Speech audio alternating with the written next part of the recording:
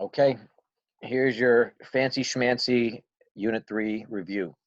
There's going to be 7 total questions on the Unit 3 test, and day 1, which is Wednesday, is going to have 3 questions. And as promised, the first 2 questions are worth 36 points. And what are those 36 points? They are, let me try to bring them up. There we go. Where are they? Here we are. Let me bring them up. The first 2 questions are going to be sampling with replacement, where you have big N to the little n samples, and you're going to get 6 points just for making the list of samples. You're going to get 6 points if you can just use the formula in number 1 to find the mean of the sampling distribution, just taking the means and then taking the means and squaring them. And then you're going to get 6 points if you could find letter D. That question number 1 is going to be with replacement, just like this. Follow these notes. Question number 2 is going to be without replacement. Follow these notes. Again, 6 points, 6 points, and 6 points. That's it. Now, on both of these questions, I only did samples of size 2. Read the questions carefully. I could ask you to make a sample of size 3. I could be devious like that. Question number 3 has to do with the central limit theorem. And this is the central limit theorem homework number 28, where the only thing that gets done different for the central limit theorem is you divide by the standard error. So with replacement, the standard error was sigma divided by the square root of n.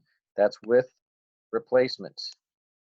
Without replacement, recall, the standard error might be this, which was the standard deviation over the square root of n times the finite correction factor, big N minus little n, divided by big N minus 1. This finite correction factor only gets used if this inequality is true. If little n is greater than 5% of the population size. Now, I'm writing really sloppy here, but we've done this many times before. And it was on the last Zoom meeting. You could watch that as well. Use all the resources. Okay, so that's day 1. Question 1, question 2, question 3. So question 3 will have something to do with the central limit theorem. Then we get to day 2, and let me go back to my share right here, new share, and let's go back to the statistics review. Day 2, in any order, you're going to have a question on the sampling distribution of means, aka the central limit theorem.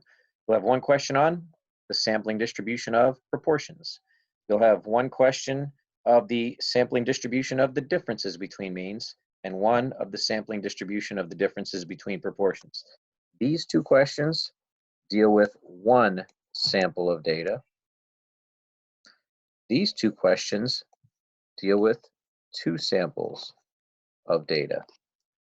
All right, so when you work on day 2, there's going to be 4 questions, not necessarily in this order. Read the questions carefully and ask yourself these 2 questions yourself. Ask yourself 2 questions.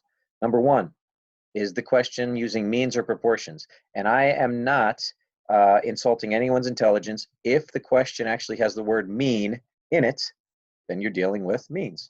If the question has percentages or fractions, like 15 out of 35, you know you're dealing with proportions. So after you determine whether you're dealing with means or proportions, then go on to the second question you have to ask yourself.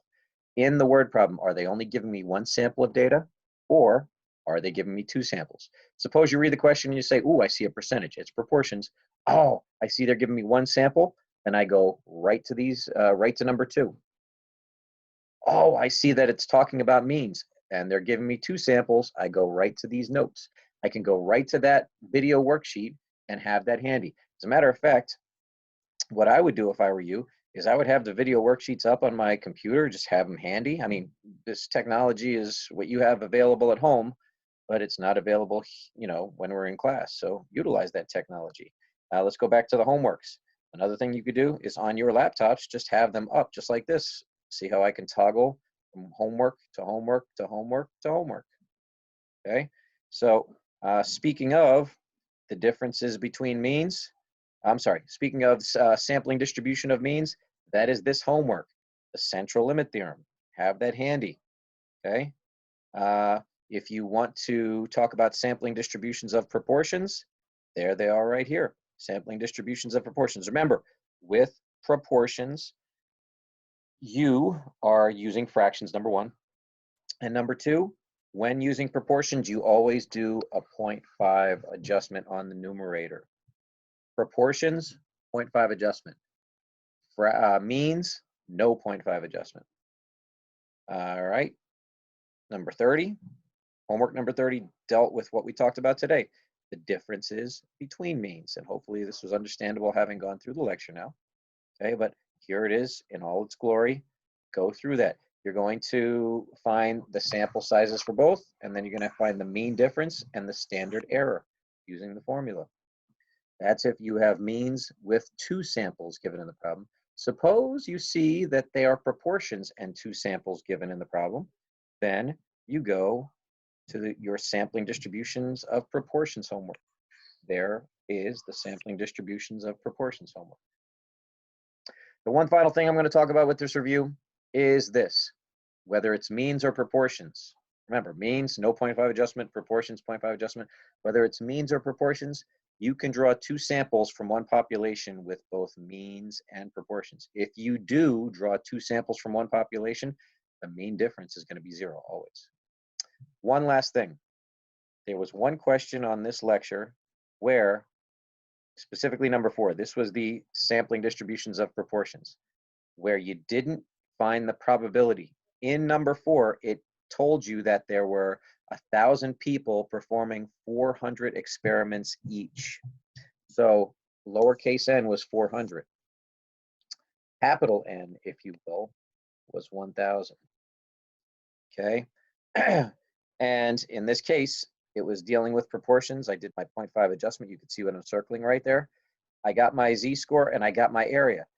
If the question asked me for just the probability, what I just boxed would be my answer.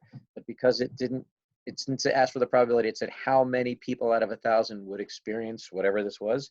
I took my probability and I multiplied by the 1,000 people. That's where that comes into play. And then I get my final answer right here. So whether it's means or proportions, this happened to be a proportion question. I might also ask the question for means. If the question on day 2 or day 1 asks you how many people, then you take the probability and multiply by the number of people. That's it. The review is done. Ask me questions if you have them. Bye.